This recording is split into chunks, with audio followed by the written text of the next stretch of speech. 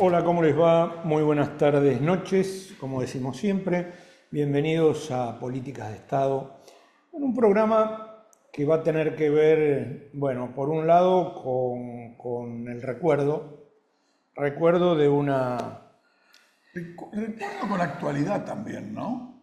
Porque Sí, es un país, es un proyecto de país, sí, está todo en cuestionamiento. sí, está todo en cuestionamiento de alguien que, bueno, obviamente yo hablo sesgadamente, No me pero va a decir que es peronista. pero formó parte, no, me estoy peleando en las redes y mire. No. La gente No se se olvida. pelee, no se pelee. Hablemos de presente y futuro, No, que nos no hablemos sonríe, sale el sí, sol. sí, ¿no? La gente se olvida del aguinaldo, de las vacaciones, del voto femenino. Se olvida. Entonces, cuando publicas algo, No es que se olvida, lo toma como algo natural y propio. No sabe que hubo infinidad de luchas claro, y que hubo un movimiento político claro. que recogió banderas y lo proyectó al futuro, como fue el peronismo, Y yo ¿no? siempre digo lo mismo, ¿viste? A ver, se puede criticar, se debe criticar si se hicieron cosas que no correspondían, pero si uno desconoce las luchas, esto que decís vos, y los logros conseguidos a partir de, realmente tiene que ser muy necio, pero muy necio, Bueno, ¿no? o estar muy sesgado, porque no nos olvidemos, estamos hablando del peronismo, está claro, 50 años 50 años de la muerte de de la muerte Perón. de Perón, por supuesto, un dirigente, un líder. Yo nunca fui peronista, usted lo Sí, sí, sabe, sí, sí, sí. pero no se puede dejar de reconocer una personalidad de proyección no solo nacional, sino internacional, Sí. que marcó época con una cantidad de cuestiones doctrinarias y sobre todo con una práctica política que tuvo amores y tuvo odio. Vamos a ser francos, hay una sociedad que estuvo partida entre un 50%, Una grieta una grieta, importante. sí, una división de enfoque, además, en una Argentina tradicionalmente oligárquica, Conservadora. conservadora, que había hecho algunas transgresiones con el irigoyenismo de ponerse a la altura de desafíos del siglo XX, pero que después fue opacado en la década del 30 del siglo pasado por los conservadores. Y de pronto aparece el Un tipo que general les patea el que le tablero. patea el tablero. Entonces eso generó amores y odio que se expresaron en el 55, no solo con la Plaza del Odio, digamos, sino también con el derrocamiento de Perón. Y 18 con, años de proscripción y y bueno, todo con eso. cuestiones inadmisibles, ¿no? Como el bombardeo de la aviación Sí, por naval eso digo, Plaza de a Mayo. los Sí, civiles, claro. realmente un disparate. Entonces, cuando todavía hay gente que te Pero dice, vamos a tener vamos a tener un buen interlocutor para preguntarle todo esto y hablar de todo esto. ¿Te para hablar de parece? todo esto. Y Así. después alguien que tiene que ver con la salud mental, con lo cual vamos a ver si nos divertimos un rato o no. Está bien. Depende por dónde lo encaremos. De acuerdo. Y usted, bueno, como principal interlocutor del programa, no lo voy a poner, también en este bloque que dimos en llamar la voz del televidente, tengo un televidente que Bien. llamó, pero bueno, lo dejamos para, total es atemporal, lo dejamos Está para el bien. programa que Está viene. bien. En una semana que estamos saliendo Bueno, compleja, ¿no? 1430. Sí, ¿no? 1430. Yo pensé que estábamos en el 2024, Claro, pero parece que 1430 a hoy. a hoy. Y lo que me llama la atención, o no me llama nada, volvió Cavallo a hablar de que hay que hacer una devaluación de no sé qué. ¿Otra vez? Bueno, pero hay una gran discusión entre los liberales, neoliberales, libertarios sobre qué hacer, porque las recetas de los libros muchas veces en la realidad y los intereses de grandes grupos económicos no conjugan tan fácilmente, ¿no? Y me parece que eso es lo que está estallando en la Argentina de estos días. Vamos a ver, pues no demostró ser tan tonto, aunque haya muchas críticas a nuestro presidente, se maneja en situaciones de tormenta, siempre para peor de las mayorías populares, ¿eh? No voy a emitir juicio. Empezamos con políticas de Estado. Compañeros,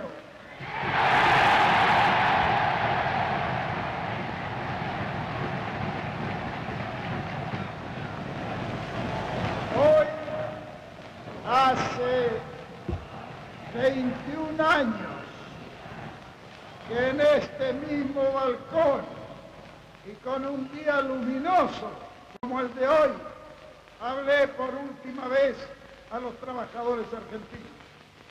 Fue entonces cuando les recomendé que ajustasen sus organizaciones porque venían días difíciles. No me equivoqué, ni en la apreciación de los días que venían, ni en la calidad de la organización sindical.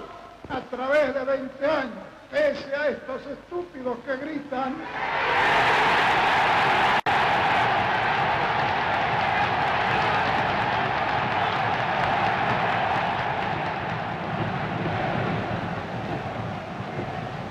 decía que a través de estos 21 años las organizaciones sindicales se han mantenido inconmovibles. Y hoy resulta que algunos imberbes pretenden tener más méritos que los durante 20 años lucharon.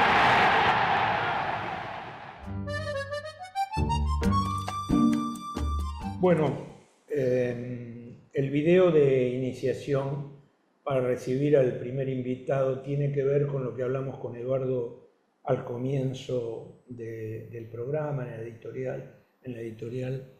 Tiene que ver con el último discurso, donde pusimos un brevísimo párrafo al principio, porque después la cosa se fue desmadrando en ese mediodía tarde tan complejo de ese último discurso del general. Tenemos con nosotros a alguien, bueno, de las raíces de la época donde yo también estudiaba en la facultad y que tuvo mucho que ver con el peronismo, no solo él, sino el padre, que fue uno de los dos médicos con el doctor Cosio del general Juan Domingo Perón. Estimado compañero, yo puedo, él no puede, pero yo puedo decir eso. Para mí es un amigo, compañero de muchas cosas. Ahí está. Bueno, gracias por venir a Políticas de Estado. ¿Ese discurso marcó el principio y el fin de una era?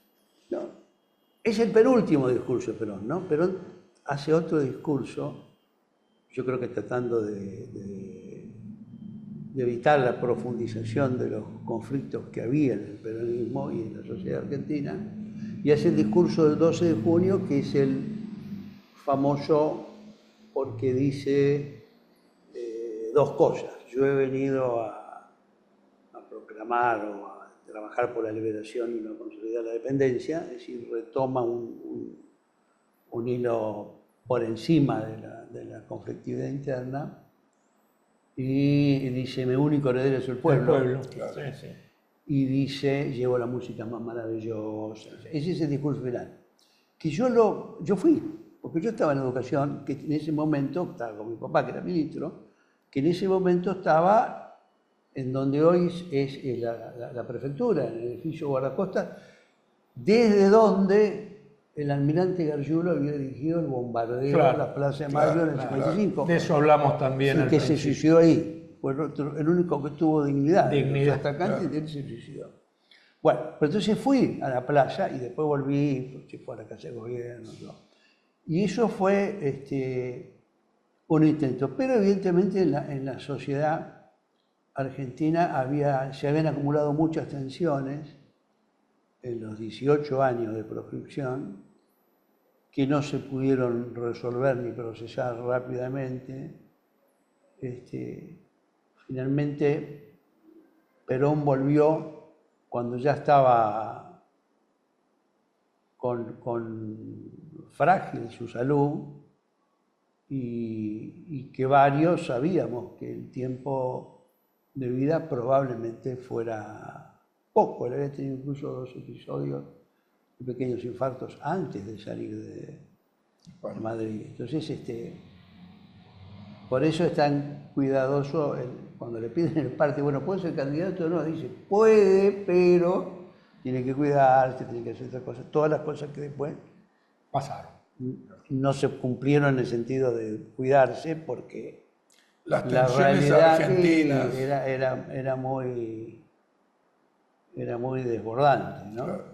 Pero lo cierto es que lo que refleja todo ese momento y lo que refleja la propia muerte de Perón es el enorme vacío en que queda el movimiento popular y el campo nacional en Argentina.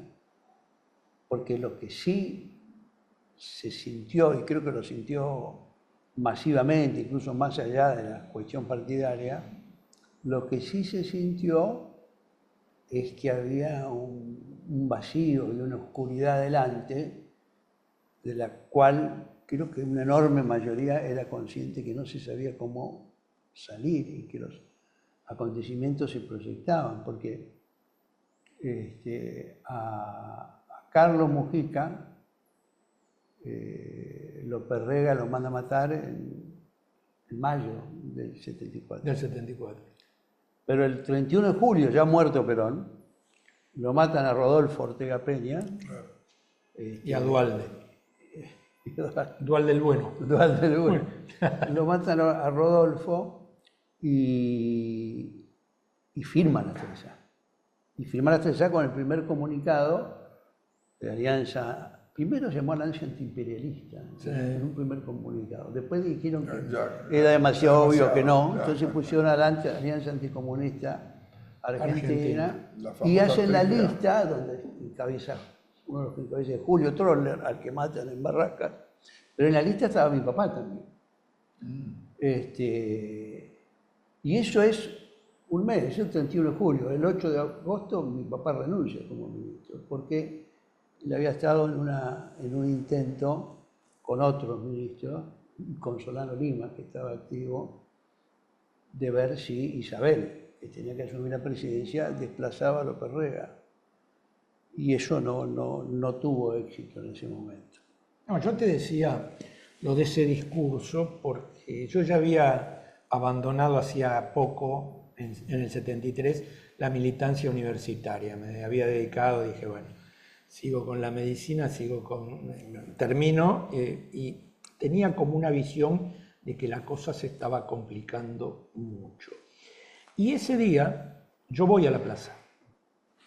Sí, Independiente. Yo también estuve en la Usted plaza. estuvo. también. Bueno, pero yo fui. Yo ¿viste? estuve en la plaza y estuve en el lugar. Ah, sí. Bueno, Y yo- estuve adentro. Adentro también. Bueno, y vi que vos te debes acordar que empezó, que pasa, claro, general, está sí, lleno claro. de gorila el gobierno popular, Sí, claro. Perón evita la patria socialista, Perón evita la cosa, y ahí dije me voy.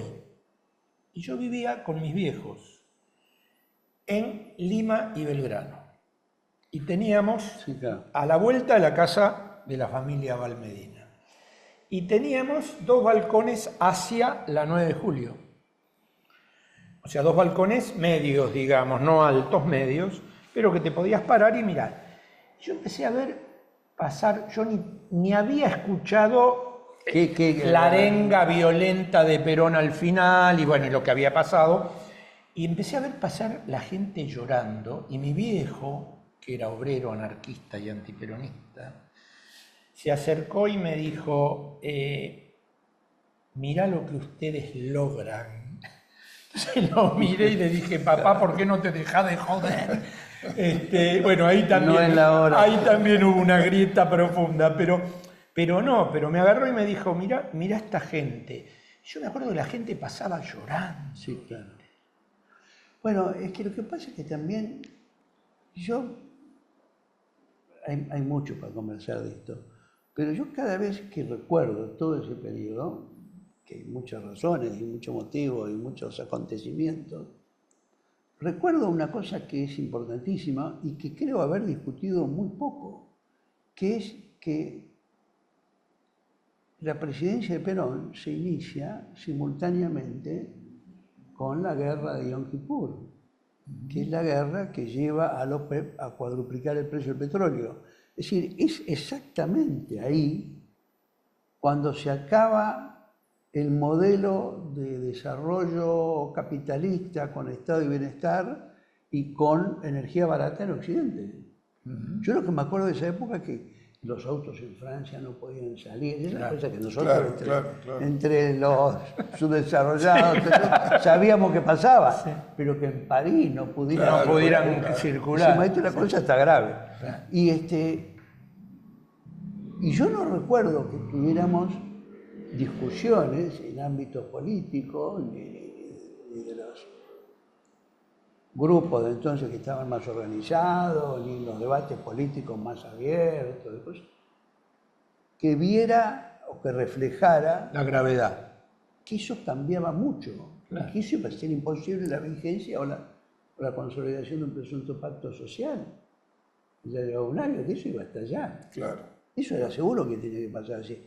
Ya había pasado cosas, además habían pasado cosas, ¿no? Yo siempre recuerdo una cosa que contaba papá, y es la reacción de Perón ante el golpe de Pinochet.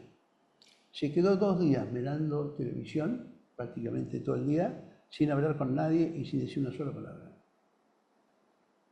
Pero me parece que ahí él dijo, cambió la etapa. Claro. Ya estaba Bordaberry en Uruguay, ya no estaba Torres, Bolivia. Argentina estaba rodeada. Estaba rodeada, el asunto cambió. De eso me acuerdo porque me hizo encontrar papá, lo fue a ver y el tipo estaba mirando eso así, se movía Es decir, fue una época muy, muy compleja, muy difícil y con mucha dificultad para procesar lo nuevo, ¿no? Porque en realidad es un momento de auge y de idea de cambio en casi todo el mundo, en los países desarrollados, en el tercer mundo. Finalmente, los 60 son los años de la independencia, la resolución 1514 de 1960, la que establece la independencia, el derecho de los pueblos a la autodeterminación, y empiezan a producirse las liberaciones, las independencias en África, en buena parte del Caribe, en parte de Asia. Y el mundo era un mundo que por lo menos desde el 68 era un mundo en convulsión, en crisis. 68 matan al precandidato presidencial de Estados Unidos después de haberle matado al hermano que era presidente. O sea, en el mismo año se cargan a Martin Luther King, este tipo que peleaba por los derechos civiles. En el mismo año se produce el Mayo francés. Es una especie de revolución juvenil contra el status quo, contra el mismo bienestar y una demanda de algo distinto. Que es el mismo año en donde la juventud en la Argentina tiene un fenómeno de masa, pero es el mismo año donde esa juventud en versión guevarista tiene una movilización de masas enorme en Sri Lanka, que antes se llamaba Ceilán, bajo la presidenta Bandaranaike, que los reprime y mata como 200.000. Sí, genocidio. Y no hacía mucho ya había pasado, o sucede lo del Yakartazo con Suharto contra Sukarno. Es decir, era un mundo que estaba, por supuesto estaba la guerra de Vietnam, que era un ejemplo de que el pequeño podía vencer al poderoso. No lo estaba venciendo todavía, pero en el 68 fue la ofensiva del año Tet, del Tet. Que yo me acuerdo que Westmoreland, que era el general a cargo de Estados Unidos, todavía seguía diciendo décadas después que ellos habían ganado la ofensiva del Tet porque la habían derrotado y habían producido no sé cuántas decenas de miles de bajas a los vietnamitas, y que habían venido unidades de Vietnam del Norte que las habían diezmado. Entonces el tipo decía, ganamos. El pequeño detalle es que después de eso, lo que sucedió es que la sociedad norteamericana perdió su voluntad de combatir esa guerra y los otros decidieron seguirla. Y que se desarrolló un Ahí se movimiento perdió, solidario claro, con ahí se Vietnam en perdió, todo el mundo. o sea, también. no, el señor perdió la guerra y no se dio cuenta, porque claro, había recuperado el cuartel en Buendana, después él decía, me fue bien, no te fue bien, no te fue bien.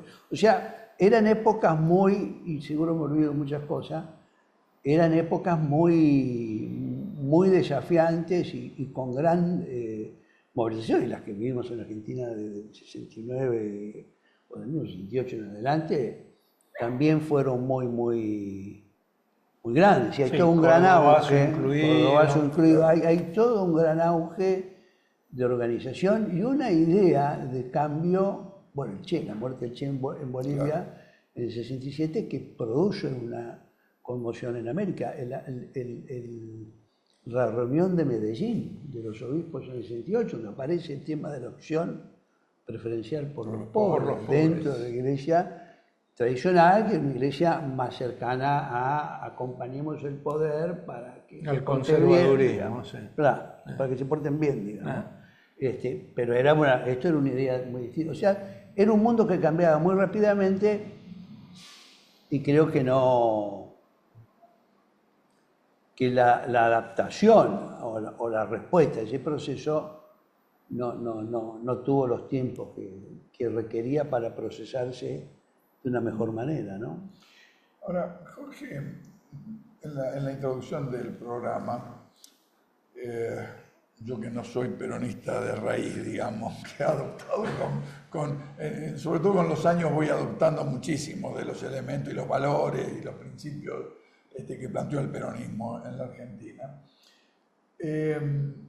Yo decía, fue un movimiento, y Perón es el artífice de todo esto, que cambió buena parte de la historia de Argentina y marcó una etapa, digo, 45-55.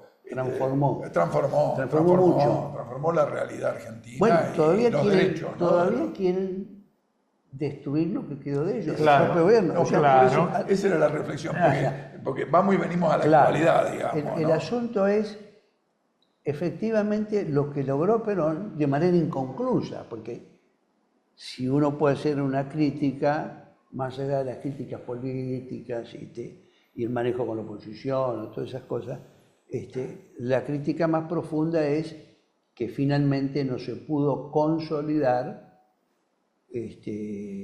una sociedad con incorporación de una serie de derechos de trabajadores y con un proyecto de desarrollo industrial que pudiera seguir adelante. Eso no se pudo consolidar.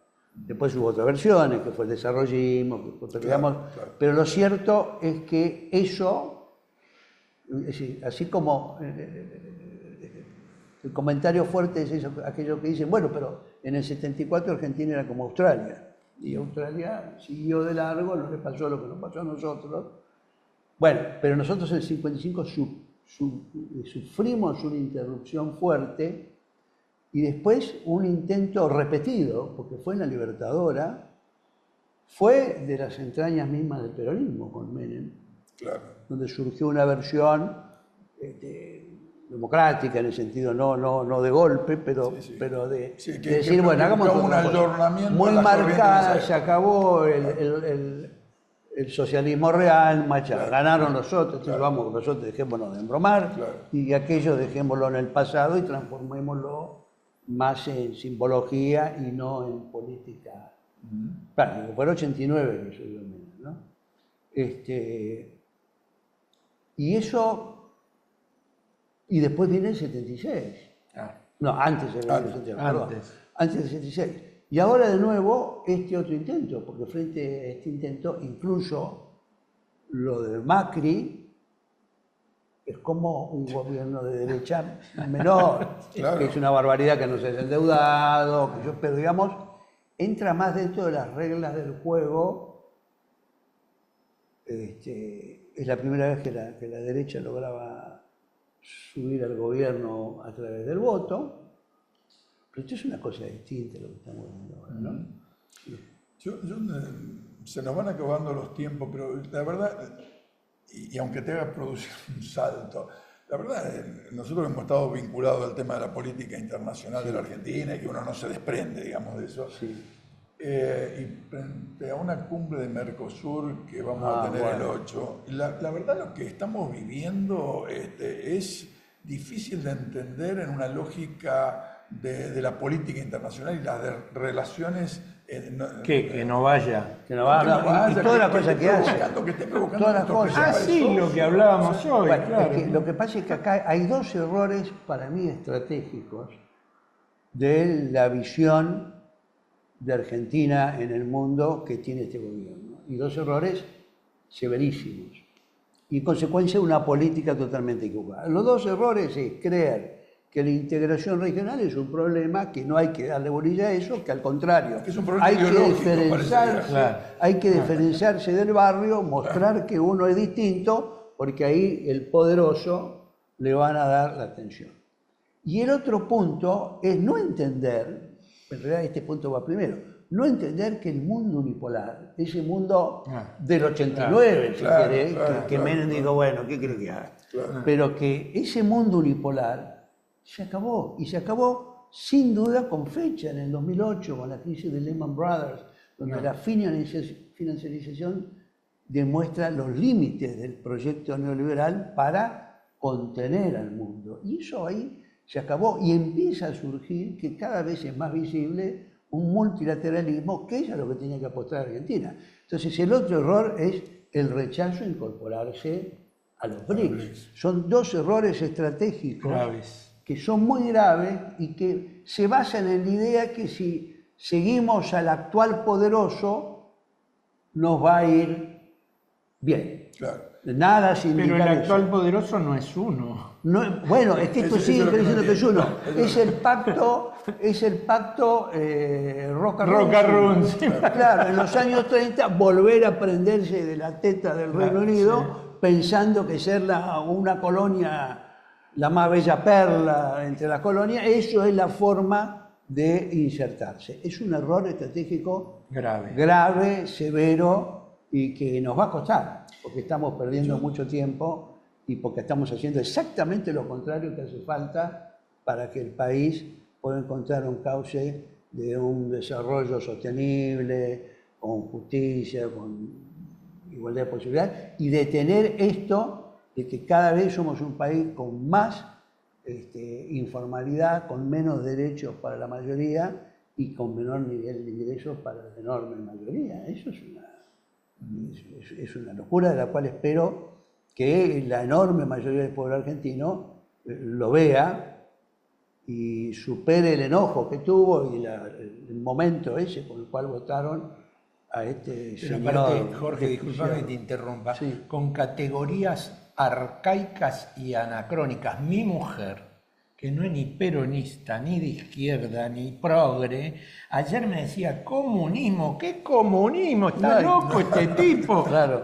¿Viste el peligro del el monstruo rojo? Es un disparate que se hablen en estos términos. Es un disparate, sí. Es que en realidad ellos asocian eso, me parece a mí, no sé si compartís, Jorge, a la visión de lo que el peronismo significó como transgresión para el statu quo de la Argentina. ¿Vos decís? Entonces, Claro, bueno, claro, porque aparte, así yo te digo, mismo. si uno mire, pasaron muchos años, muchas décadas y cambió la realidad del mundo, pero hay valores y principios que instaló Perón que están vigentes. Cuando Perón hablaba del ABC, digamos, de Argentina, Brasil y Chile, estaba planteando de que nuestro destino estaba justamente con nuestros amigos de la región. Bueno, hoy uno lee en los diarios que Pescarmona, que es una empresa que se rescató de una crisis muy profunda y que es una empresa poderosísima, ¿qué van a hacer?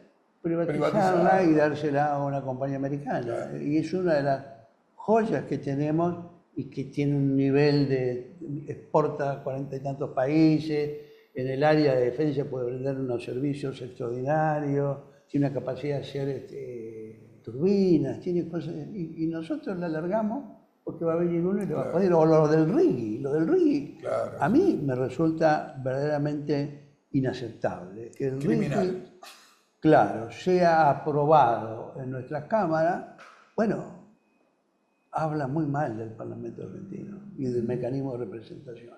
habla muy mal, porque eso ya no es una ley que uno puede considerar entreguista o que da demasiado al que invierte. Sí, o kirchnerismo, antikirchnerismo, ¿no? Eso es una ley Claro. de economía de enclave. Es una cosa distinta a economía colonial. Es mucho peor, digamos. Porque la Factoría. economía colonial Claro. se tenía que pensar, Claro. como hacía poner el correo acá, esto no. Claro. Esto es enclave. Vamos, Claro. llevamos lo que queremos, nuestro, sacamos todo lo que podemos y nos vamos. Gracias, Jorge. La verdad, Es como para que ojalá te podamos tener más seguido. La verdad es que- como para que Muy bueno, pasemos muy el bueno. fin de semana optimista. Después usted se queja de mí, ¿ves? No, pero es que No, gracias. Y la verdad, ha sido bueno repasar la historia y también su proyección a la actualidad. Vamos a seguirla. vamos a seguirla, porque el futuro sí nos da posibilidades. Totalmente. Tenemos que aprovecharlas. Totalmente. Tenemos que ser Ojalá. capaces de aprovecharlas. Ojalá.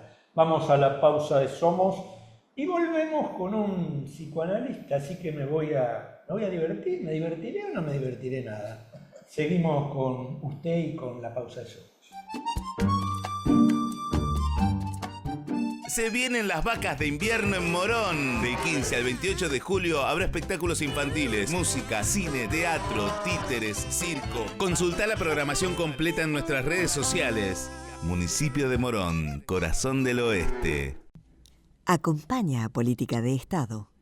Puerto La Plata, un importante nodo logístico para los sistemas productivos de la región. Un puerto en continuo desarrollo. Puerto La Plata, el puerto del futuro.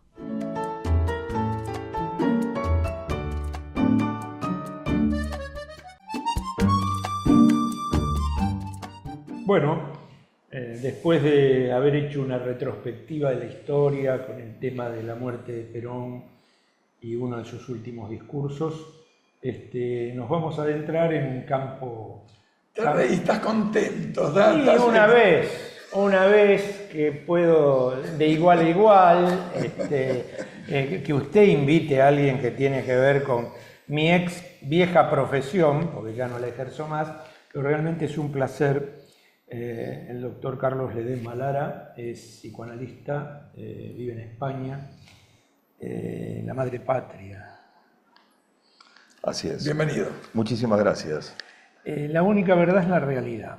Yo discuto mucho con mi amigo y compañero de programa porque yo le digo que es muy difícil gobernar un país o que un país esté gobernado por alguien que tiene, como diría Rosenfeld, las facultades mentales alteradas. Sí, yo le diría que no solamente pasa aquí, creo que es un tema de Occidente, ¿no? Es un tema Es occidental. un tema de Occidente, ¿no? Yo vivo en España hace 35 años, vengo poco a Argentina, por eso estoy muy contento de que me hayan invitado aquí al programa y estoy encantado de estar acá.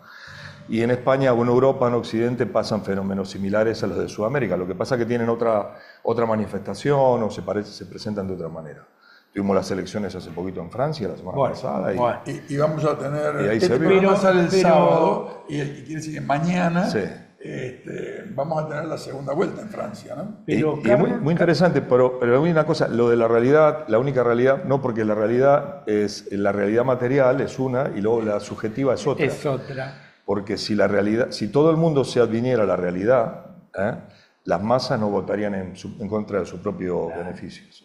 Entonces, o la conciencia de clase ya hubiese llegado hace mucho tiempo. Evidentemente, la realidad que el sujeto construye no siempre es... No, seguro, lo real de la realidad. Exactamente. Pero ya que empezamos a hablar de Freud, entonces... Sí, sí. Pero Carlos, fíjate, yo justamente ayer te iba a decir, porque hice un llamado a mis amigos catalanes a ver si lo podemos sacar por Zoom a Puigdemont, Ajá. para que cuente... Las peripecias.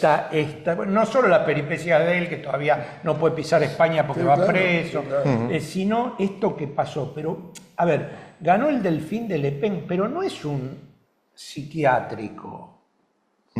A ese punto quería llegar. No es un tipo con las facultades mentales alteradas.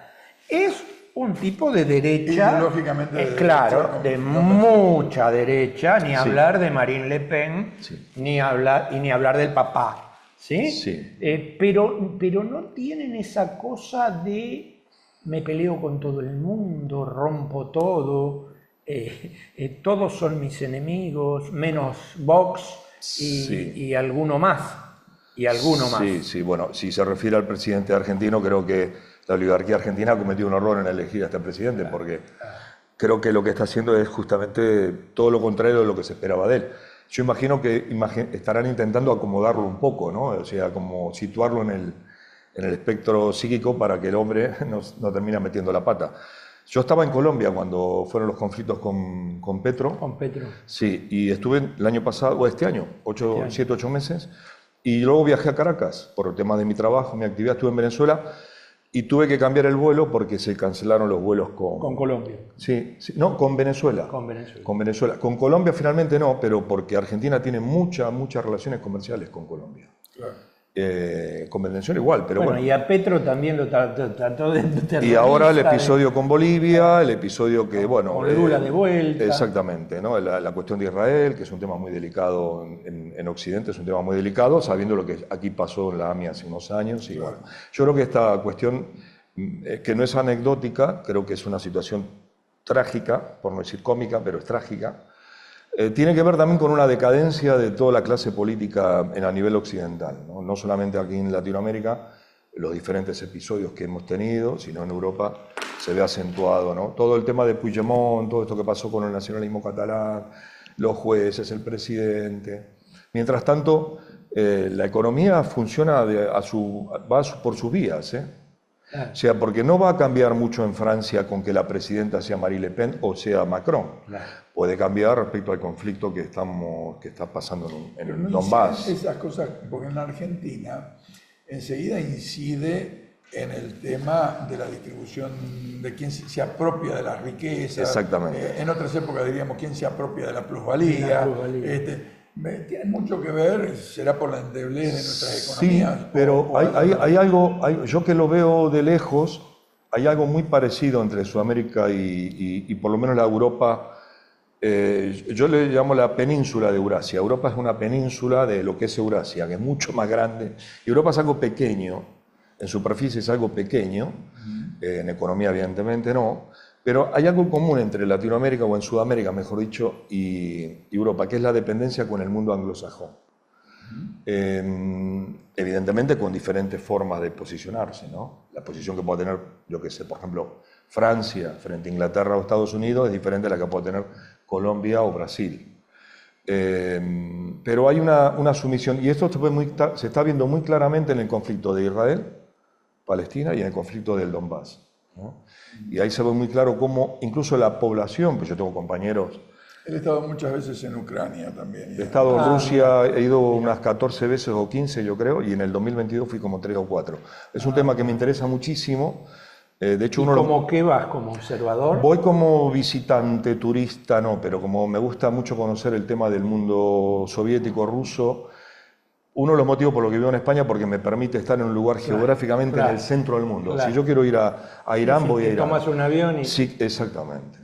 Exactamente. Y al ser argentino no necesito visado, con lo cual es mucho más fácil. Pero es un tema que me interesa, porque lo de la Unión Soviética o lo de la Rusia es lo que quieren hacer con Sudamérica.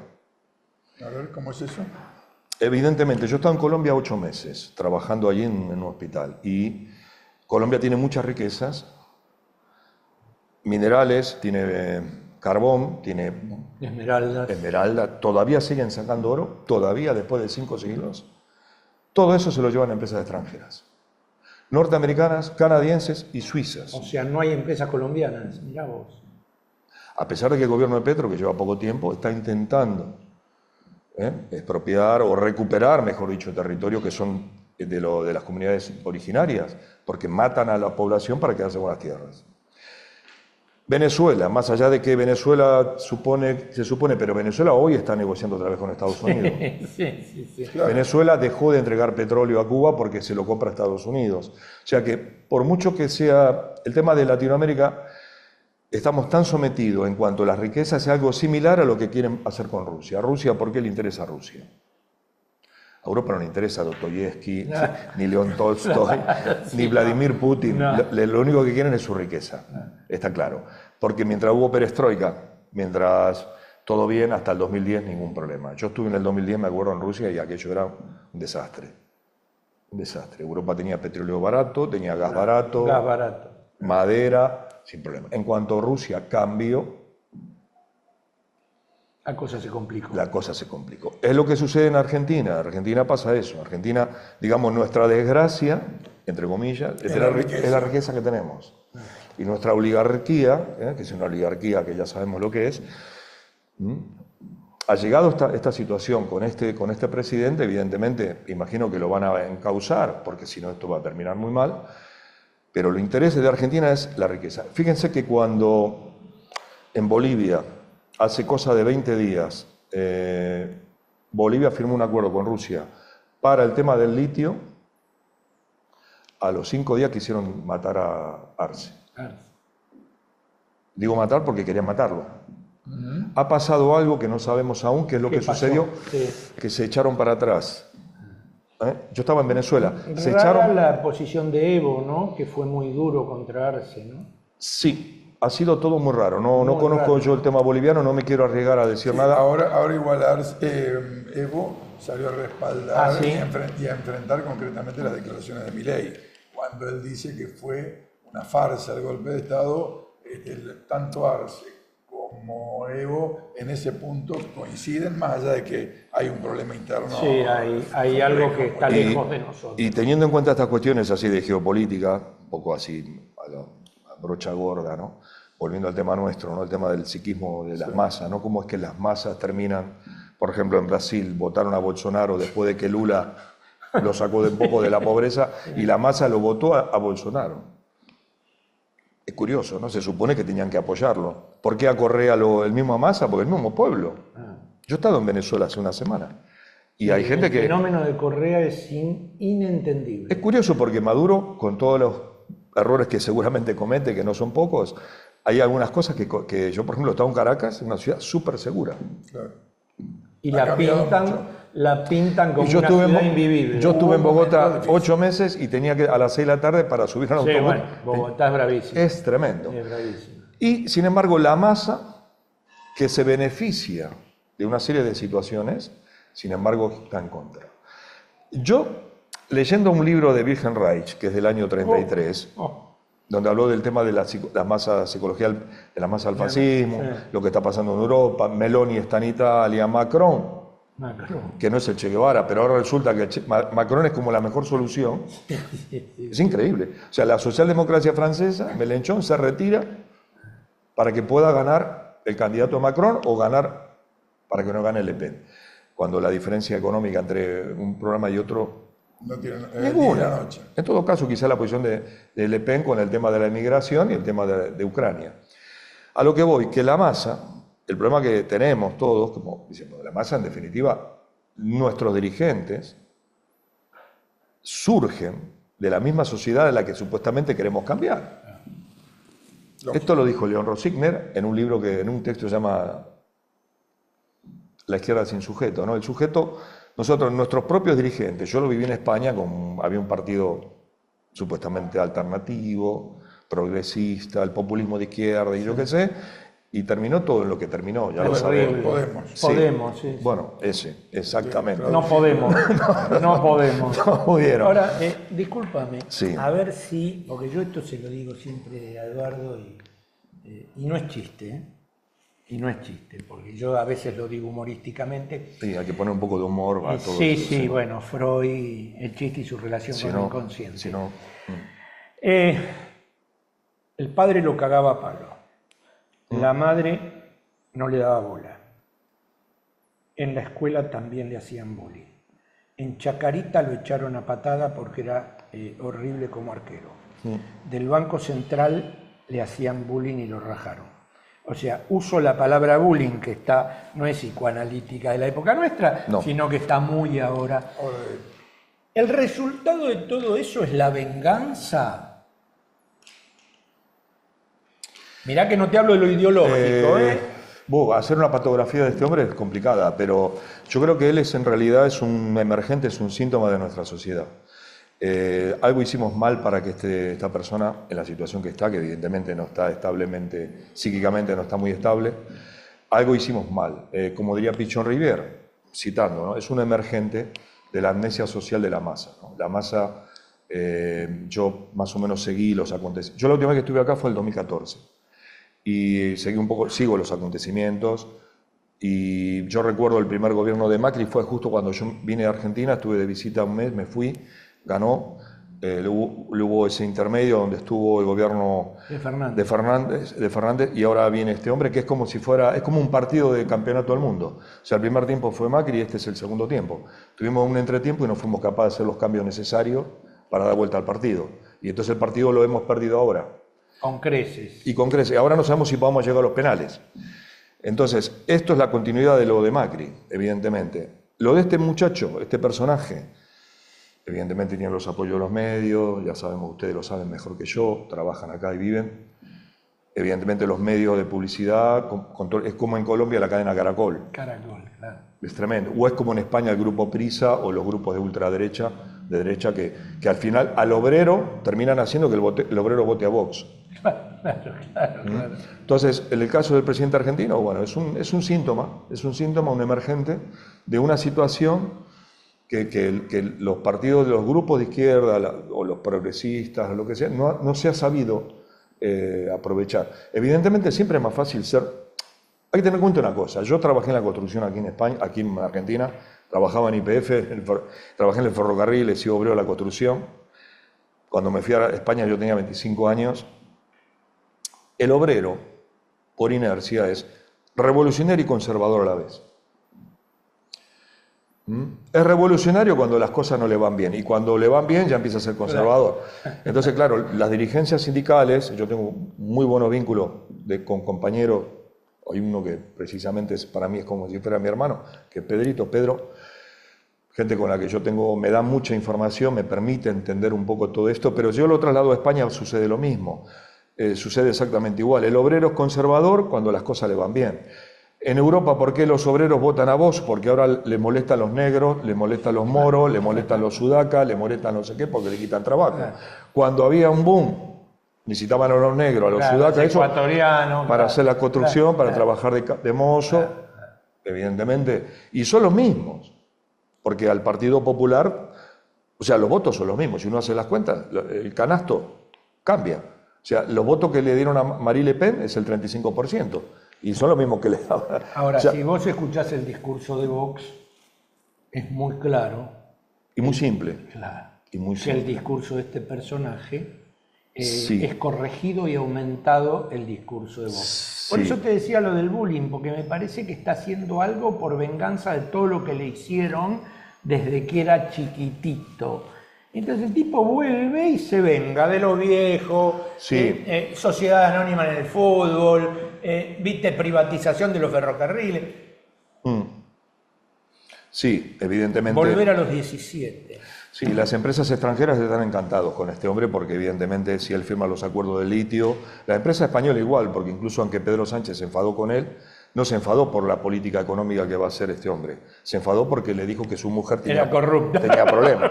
O sea que fue una cosa de matrimonio, no fue una cuestión de Estado. Eso es así. Pedro Sánchez es parte de esa socialdemocracia, Light. yo le diría hipócrita. Hipócrita, ¿no? Porque muchas veces el discurso de la gente de derecha es mucho más claro. Entonces, bueno, yo puedo saber dónde va el enemigo, pero esta gente es ambigua.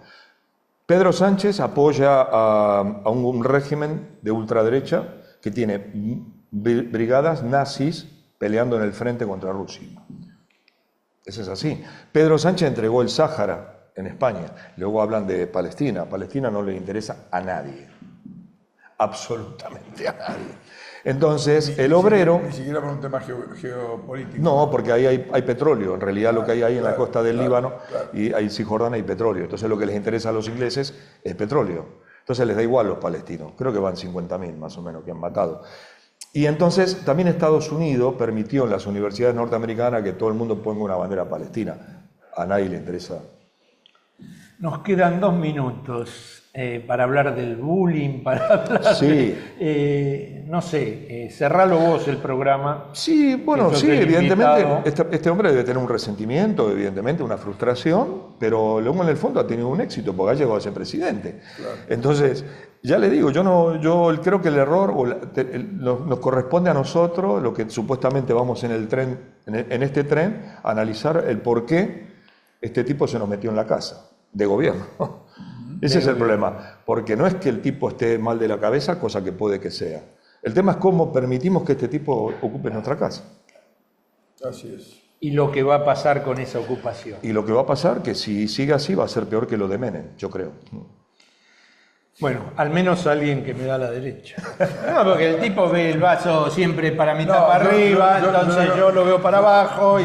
Yo siempre lo que discutimos es que puede haber un componente psicológico, pero acá Sí. hay un fuerte determinación política, un proyecto político. Sí, obvio, que lo sostiene. Y en Sí. su megalomanía quiere ser el líder mundial del libertarismo, que vaya a saber que está en su cabeza. Hablando con los perros. Yo, Ariel Eduardo, si me permite una cosita, yo llegué el miércoles, el jueves me invitaron a presenciar un documental en el CONADU sobre la privatización de la petroquímica General Mosconi. Yo estaba trabajando en YPF en ese momento, en el 88, 89, y me impactó muchísimo porque fue cuando se estaba haciendo la votación acá.